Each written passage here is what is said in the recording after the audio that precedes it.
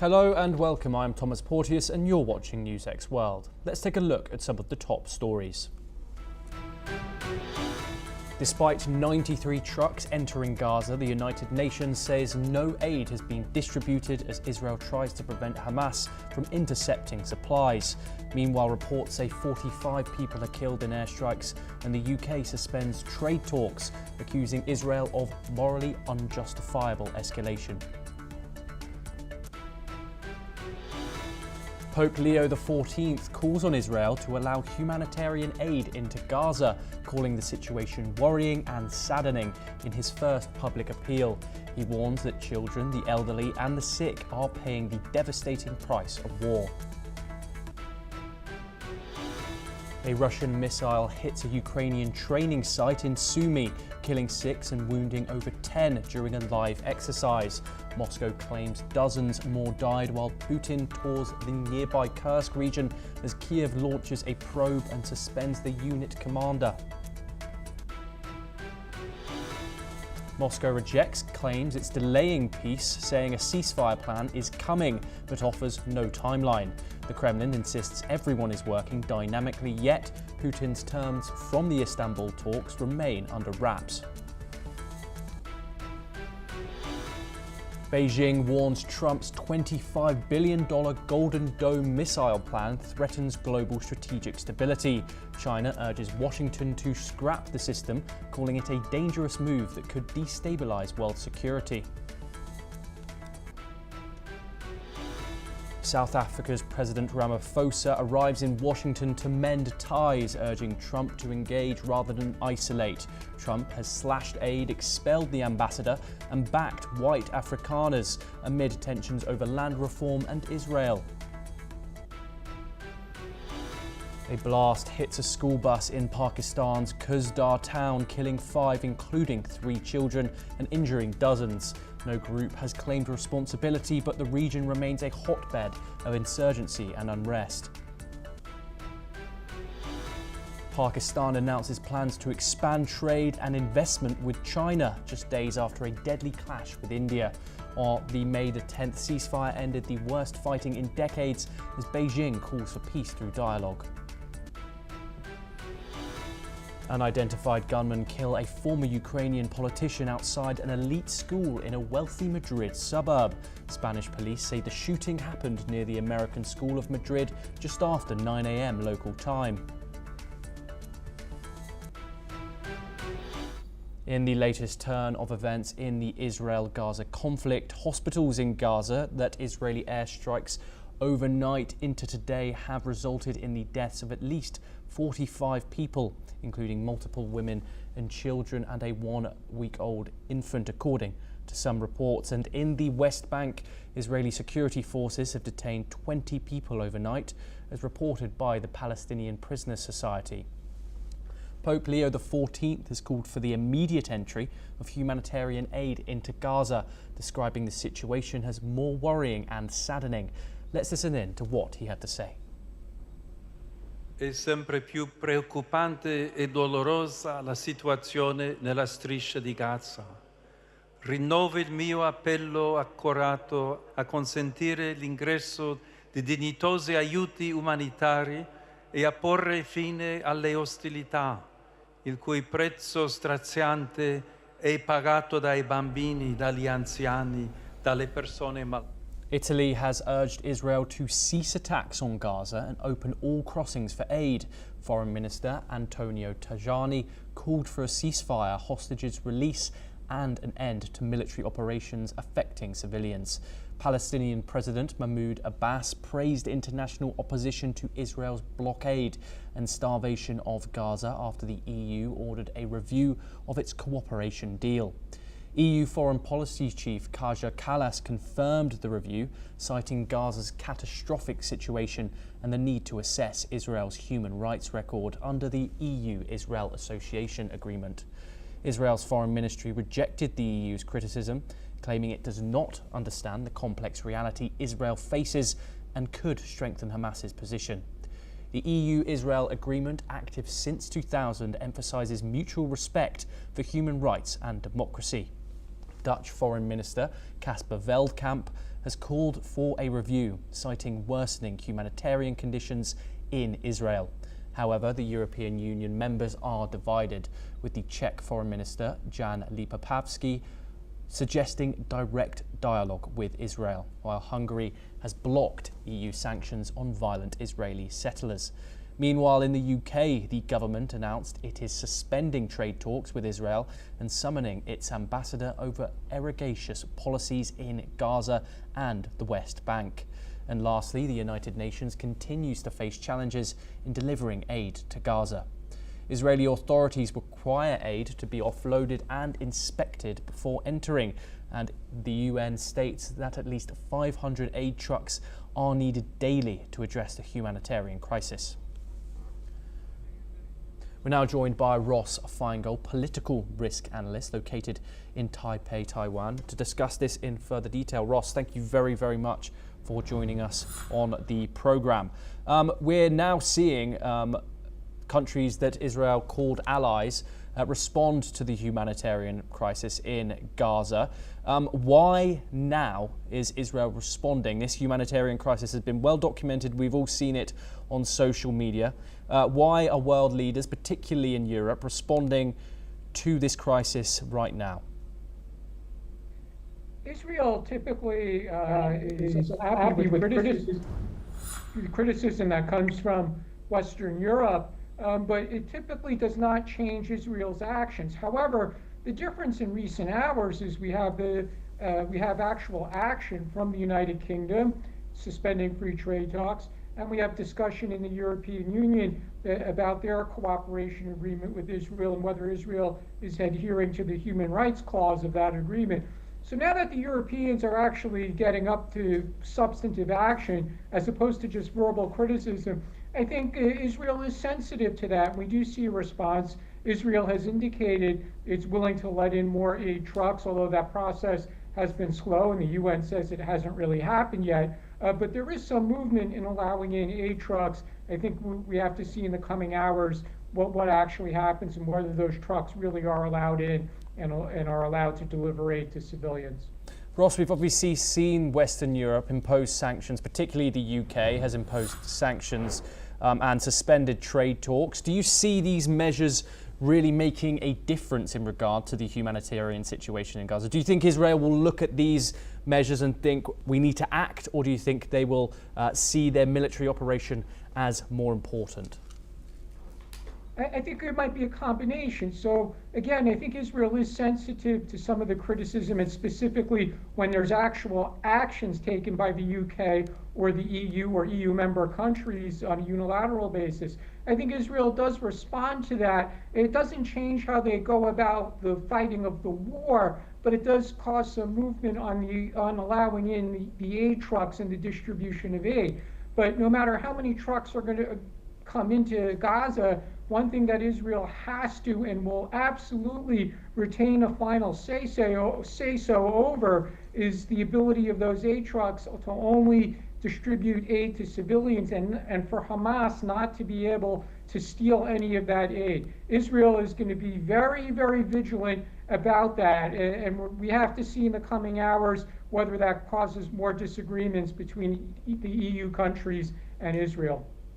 Ross, what can we think of the future of this war? Obviously, we've seen it going on for months now. The humanitarian situation is very well documented on social media and other media outlets, as we've previously talked about. But how close, how do you think history is going to look back on this war? I know that's a difficult question, but this is how many people have been phrasing it. The UK have said it's despicable. You've got Spain's Prime Minister, who's been very, very vocal about the humanitarian situation in particular, still continuing to condemn Hamas, but they seem to believe that this retaliation to the October the 7th is unjustified now. Yeah, that's a really interesting question. And I think what we may see is there is one option for European countries to take, which only a small number have taken up to now, and other countries have been more deferential to Israel and not made the decision. And that's the recognition of an independent Palestinian state. So we see some talk among European countries that haven't recognized Palestine as an independent state. Their past policy was always to wait until the Israelis and the Palestinians have reached an agreement and then recognize Palestine. But we see some movement and some talk in Europe about more countries recognizing Palestine immediately. This will make Israel very, very upset with the European countries, but it does seem to be an action that more European countries above the few that have already done so, they might take that action now to show their displeasure with Israel. Ross, we've obviously seen the start of Operation Gideon's Chariots with countless civilians and reported civilian casualties on a daily basis. We've also seen Netanyahu withdraw his officials from Doha in these ceasefire talks. Do you see this deal going forward? And in regards to the US involvement even, Donald Trump pledged that this war would be over during his campaign.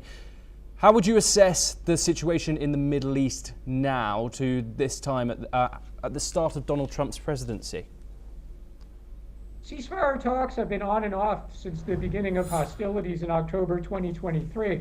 Every time we think that they're done talking, they seem to make a movement to talk again. So we really shouldn't discount the possibility that ceasefire talks with the intervention of the mediators like Qatar or even the United States, maybe Egypt. It's worked before, so it may still work again. There was also an agreement between the UAE and Israel to allow in aid trucks. So the UAE being an Arab country that does have diplomatic relations with Israel, they still have that ability to serve in that kind of mediation, direct discussion with Israel and prompt some movement kind of role. So I wouldn't eliminate the possibility of Arab countries still working with Israel to bring about more aid or even a ceasefire. I think these things are all on the table despite the rhetoric we might see or hear day to day from the stakeholders.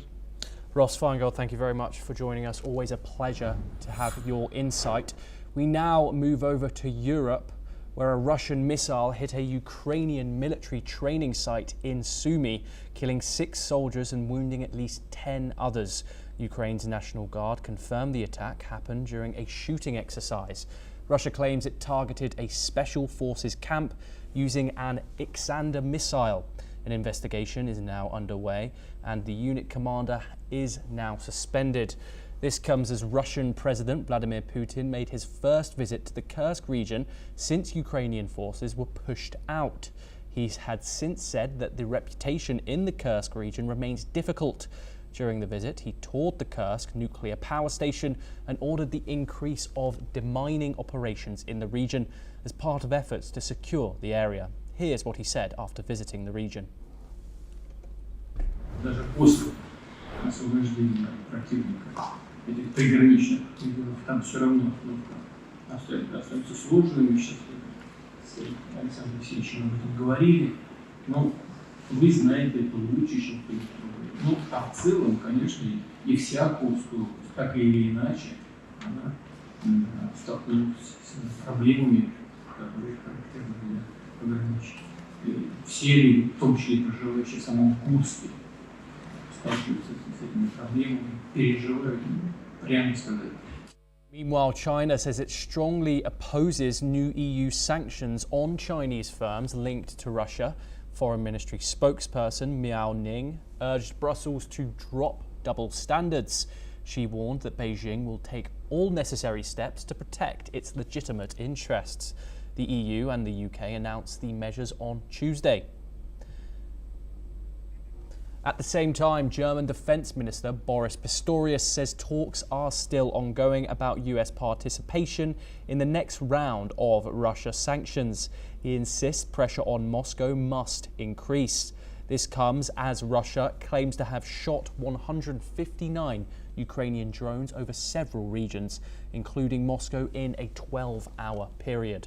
The drones targeted bordering regions and were launched between Tuesday and Wednesday morning. This comes after failed ceasefire talks between Presidents Trump and Putin.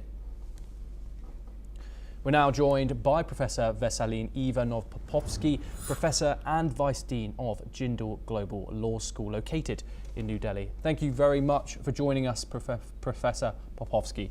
What are your current thoughts on the current state of the war? We've seen another strike on the city of Sumy, this time on a military training exercise, an acceleration of Russian aggression once again as peace talks keep going on. Moscow continues to say that it is serious about peace, but does its actions say so? Absolutely not.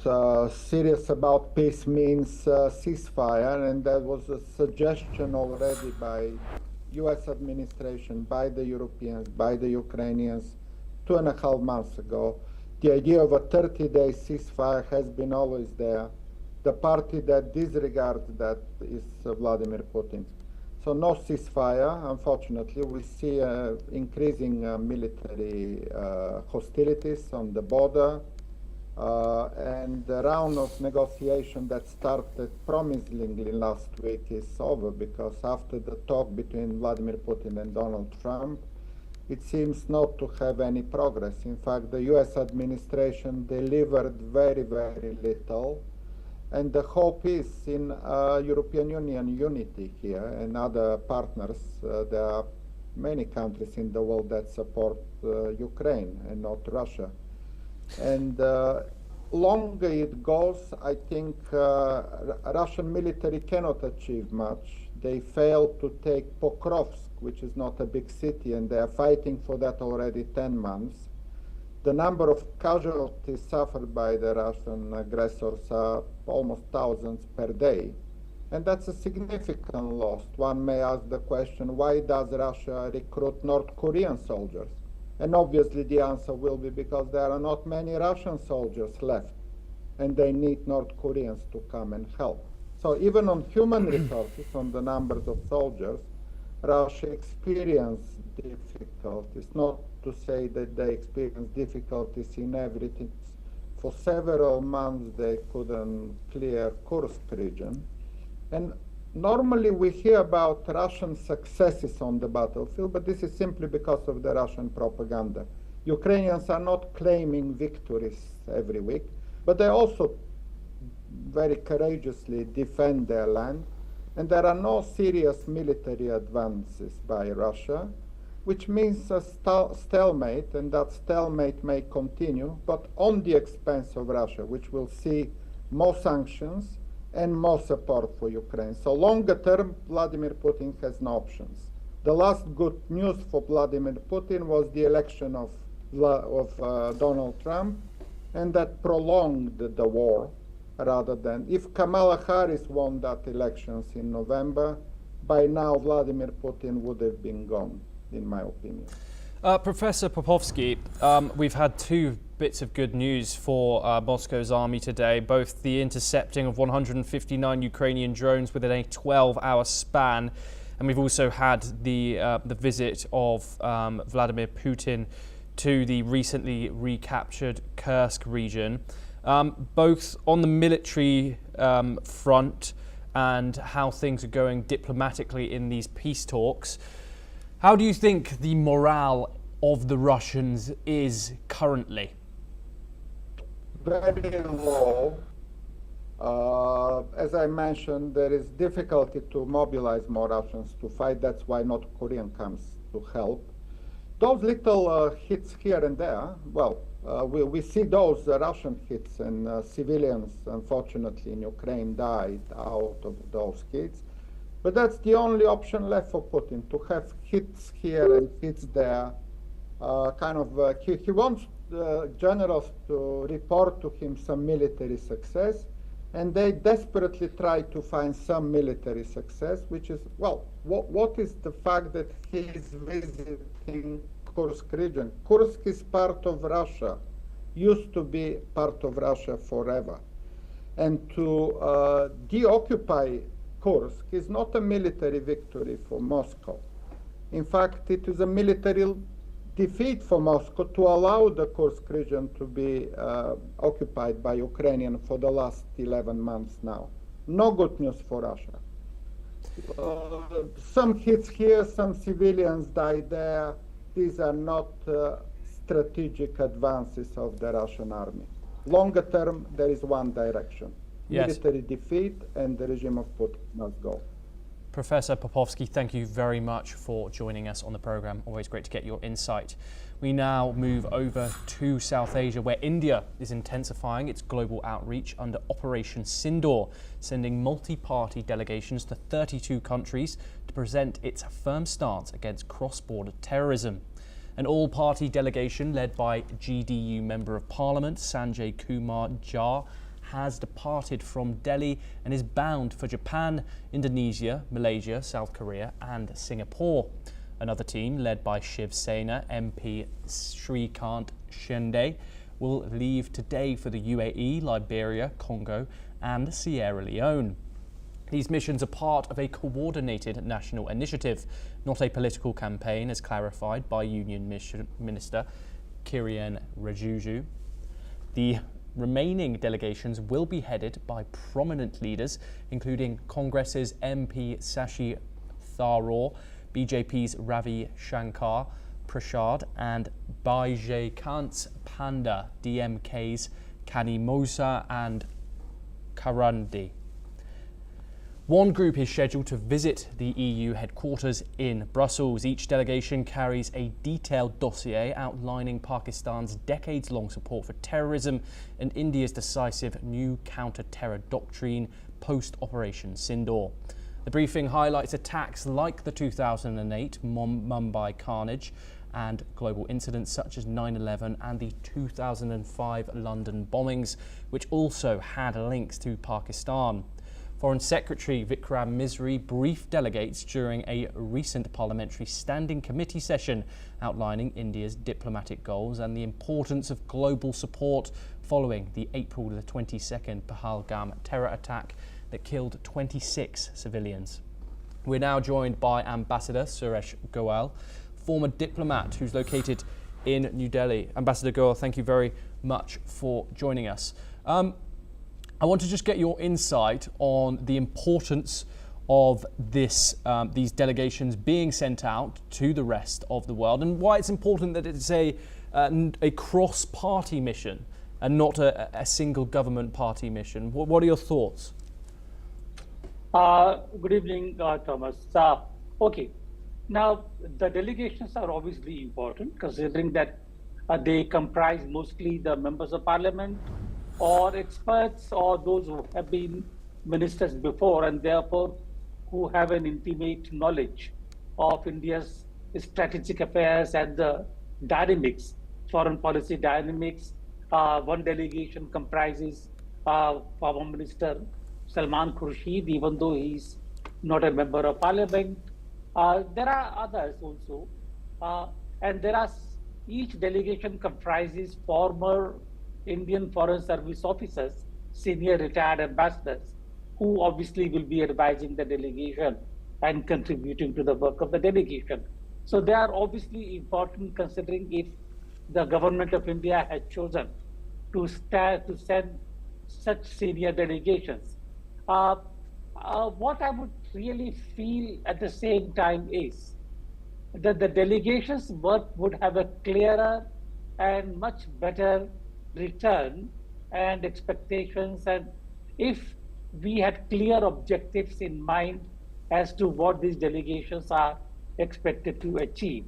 If the objective is simply to inform the other countries about India's position, the new doctrines in terms of dealing with Pakistan and dealing with international terrorism, if it is simply providing information and briefing the foreign governments, I do think that the ambassadors, Indian ambassadors in those countries, would have done an equally good job. Of course, these are senior members of parliament, but it should not be just exchange of information on briefing the other countries. I think the objectives of the delegation should be more than what actually is believed to be in terms of briefing the other governments. Thomas. Ambassador Goel, how have you analysed the international reaction to Operation Sindoor post the ceasefire deal? And how do you think New Delhi will measure the outreach worked? Now, I was hoping that this question would be answered by the government and not me on the television. However, coming back to the issues really in mind, you spoke about Operation Sindoor. I think the government of India's position after Pahalgam was clearly articulated. Many countries understood what our position is. There was a lot of sympathy. There was a lot of understanding for the anger which came up, not just in the government, but among people and the other sections of the society on what happened in Pahalgam. When we launched Operation Sindoor, it was not a very pleasant thing, but I did notice that suddenly most of the countries, with the exception of very, very rare one or two, suddenly began to really look at the picture in terms of not international terrorism perpetrated by Pakistan in India, but they began to look at it as an issue between India and Pakistan, as an old Kashmir issue, completely forgetting that Kashmir was a symptom. Kashmir was not the real issue. The real issue was how Pakistan wanted to degrade and to diminish India by using international terrorism. And that was completely lost sight of. So I think if we want to really do something about the delegations, we need to focus on two things. Number one, Pakistan to be dealt with by the international community as a perpetrator of international terrorism. And in that process, whatever means need to be adopted by cutting down on the finances, by cutting down or by taking measures which would impact on Pakistan government's functioning, including economic measures, sanctions, IMF loans, and so forth, so that Pakistan can realize the gravity of what they have done. That is number one. Number two, and that is the most important thing, I believe, Pakistan is using, or Pakistan army, not the Pakistan government, which has become a complete stooge to the army really. Pakistan army uses international terrorism in India because they find that they are not able to diminish India in any other way, not by the direct conflict through the armies, or they will use nuclear blackmail. I think the more effective means would be to degrade and decapitate the Pakistani army so that they cannot ever undertake these kind of ventures in the future. Ambassador Goel, obviously there's one word at the centre of this, and that word is terrorism. We've mentioned it a few times. Do you think the world? Yes. Do you think the world understands? Obviously, there was while the tensions were at their peak.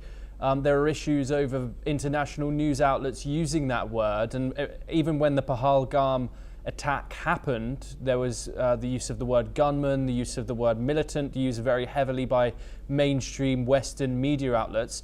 Do you think the world now understands the severity and the idea of terrorism, of the Pakistani-backed terrorism that occurred on that 22nd date, or do you think that this international tour is trying to seal the deal in regards to that? Now that is the issue here, and I think I'm so happy that you are articulating it in the way that you have done. No, I find it rather, in fact, disturbing that the USA began to articulate the concerns about the terrorism when it happened in September 9/11 happened in the USA. Even though after that they found that Osama bin Laden was hiding in Pakistan, that is where he was caught, in Abbottabad. Even though they found that there were many other terrorists who were actually hiding in Pakistan, but somehow they begin to look at the international terrorism not as terrorism per se, but as something which happens from time to time, but it doesn't impact on them. USA doesn't talk about international terrorism anymore. The UK doesn't talk about. Canada actually gives refuge to Khalistani international terrorists. And therefore, I think that is the issue really. But as you say, the international community does not look at terrorism as a real issue here. And that is what they need to do, that it is not something impacting only India, but it is something that affects the entire universe. Ambassador Goel, thank you very much for joining us. I do apologise, we have run out of time, but that is all we have time for. Stay tuned on NewsX World for more international news updates. Thank you.